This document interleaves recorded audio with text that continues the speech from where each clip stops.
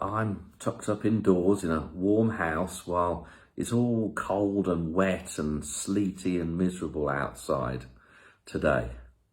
God's kingdom, God's creation is on the surface of it very unwelcoming at this point. But how do we go out into the world and be God's kingdom in the world? Our reading today follows on nicely from Anne's reflection yesterday, where Jesus says, treat others as you would otherwise be treated, and really reinforces this big message about loving your enemies. It's a huge question that in 5 minutes is really hard to unpack, but I'll give it a go.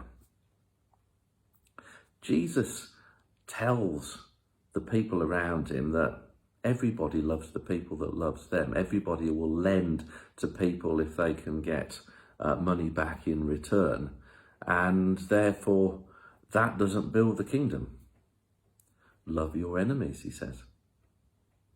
And then he goes on to reiterate that actually, if you love your enemies, that love will be given back to you in overflowing measure.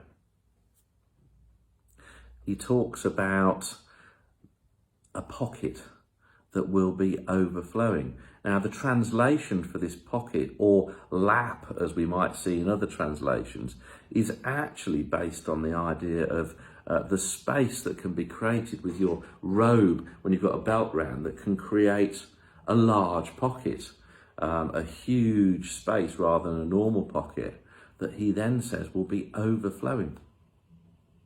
But in a world where we know that people don't always love the people that love them, where there is abuses and awful things happen, and also in a world where we don't always get loved back in return for loving people that don't love us.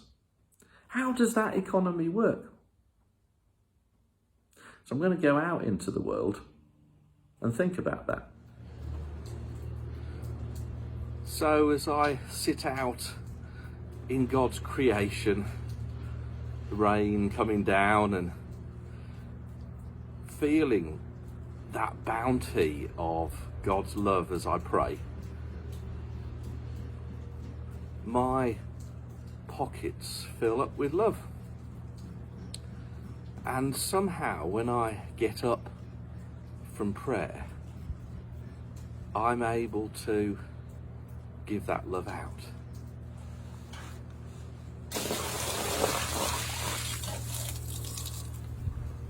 Abundantly. And because I can sit back in prayer and sit back in creation and ponder God's love for me and for everybody, I can refill the pocket that can then overflow again.